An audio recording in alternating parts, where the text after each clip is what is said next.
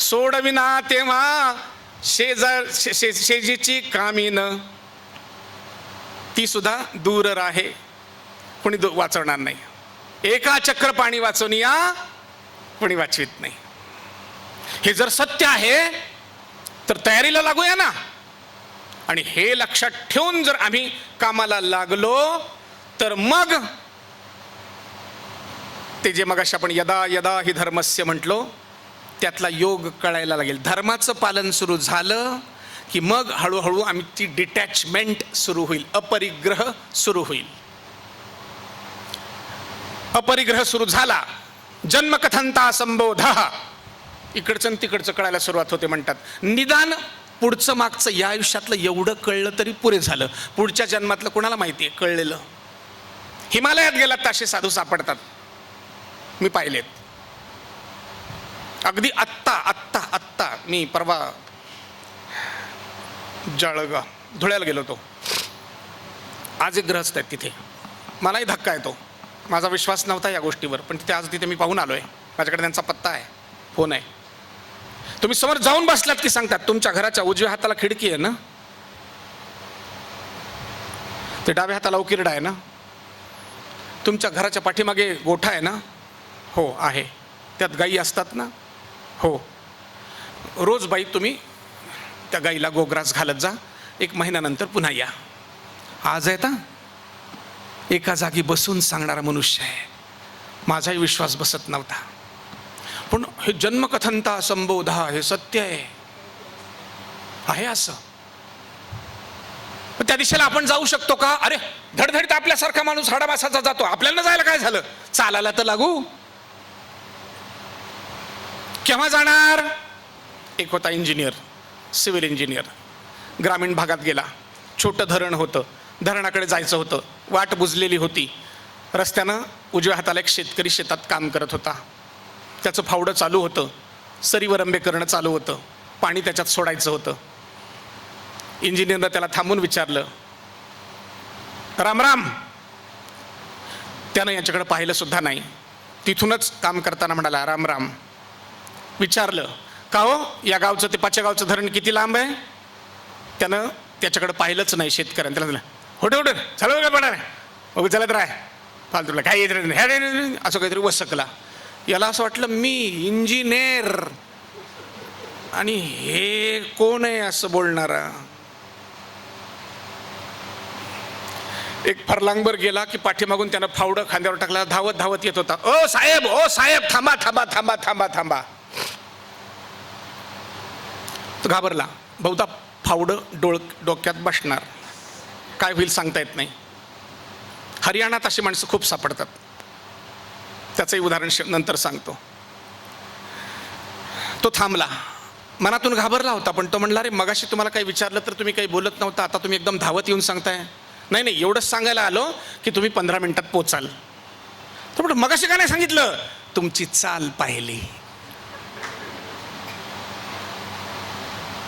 आमचे सगळे योग शिक्षक चाल पाहतात. आमचा श्रीकृष्ण तुमची चाल पाहतो. अर्जुनाची त्याने चाल पाहिली. सगळ्यात शेवटी म्हणा माय गंगे यथा यच्छसी तथा कुरु. जसं तुला, आता एवढा शब्द प्रयोग करायला काय हरकत आहे पूर्णपत्रेजी? जा जशी काशी करायची तशी कर जा. यथा इच्छिसी तसं करू, तुला जे वाटतं ते. 18 अध्याय सांगून झाले असं सांगितलं असेल का हो? 18 अध्याय, तिथे 700 श्लोक, 1 लाखापैकी 700 श्लोक त्याच्यात घालून हे कृष्ण सांगतो. बाकीचे काय करत होते? 700 श्लोक सांग, 1 श्लोक म्हणून बघा बरं. मग अशी आपण म्हणालो 1 मिनिट लागला, 700 श्लोक म्हणेपर्यंत बाकीचे काय होते?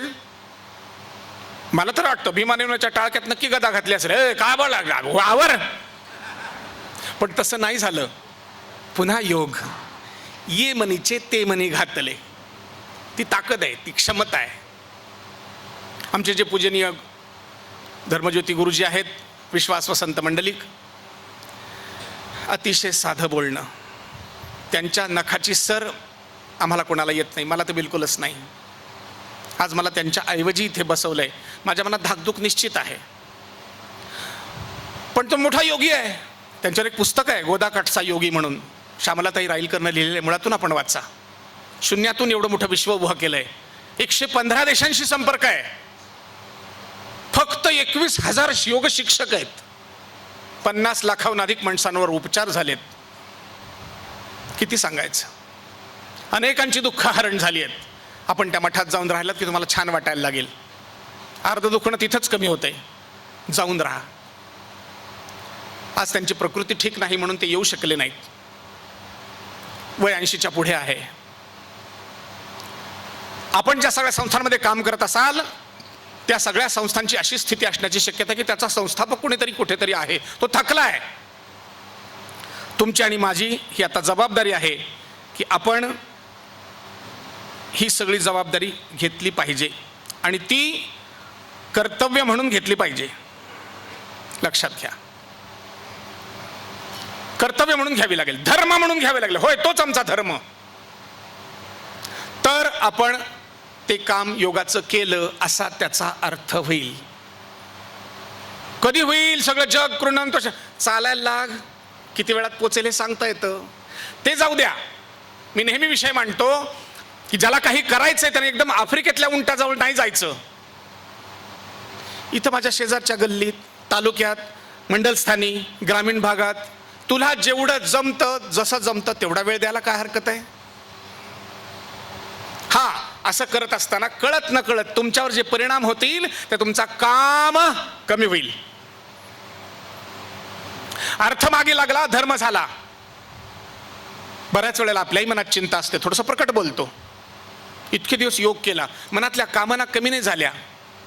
काल रबडी खाल्ली, आज पुन्हा सगळे रबडी देवी येऊन उभी राहिलीच पुन्हा, नेमकी ध्यानाच्या वेळेला. कुठे मिळत असेल याची चौकशी. आता उठलो की आधी त्याला फोन करतो, रमेशला, ती रबडी कुठून आणली होतीस? लवकर ध्यान सुटलं, फोन केला, रबडी कुठं होती? ते मला कायची रबडी? अरे काल तुझ्याकडे आलो ना. मला नाही माहिती बायकोन आणली होती. मग विचारून सांग की आपली नाव ताकद. याची रबडी उडाली, त्याची रबडी देवी उडाली. पण अशा इच्छा, कामना, खाण्यापिण्याच्या, वस्त्र प्रावरणाच्या, घरादाराच्या, गाड्या घोड्यांच्या सगळ्या येतात. ते करणं चूक नाही. आमच्या धर्मशास्त्राला ते मंजूर आहे.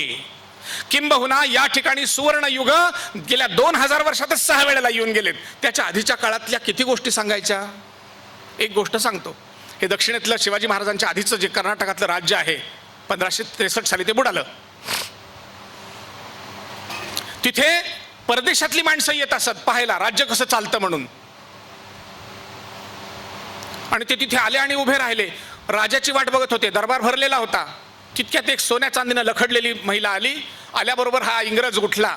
शेजारच्या माणसानं खसखन त्याचं काळवणे सर असावे बहुधा, त्यानं ते ओढलं खसखन.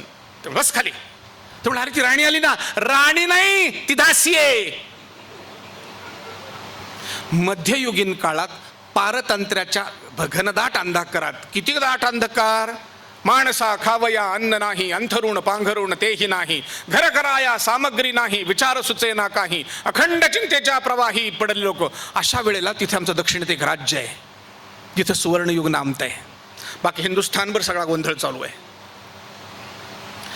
तसं सुवर्णयुग आमच्याकडे तितक्या खोल अंधकारात आलंय. आम्ही जगापेक्षा श्रीमंत आहोत, त्याचं मी आता वर्णन करणार नाही. पण एक गोष्ट नक्की आहे की आपल्याला सुख आणि शांती, आनंदापर्यंत जायचं असेल, अंतःकरणातले सगळे कोश विकसित करायचे असतील तर आपल्याजवळ साधन हातात आहेत. आपण सगळे योगशिक्षक आहोत, योगप्रेमी आहोत.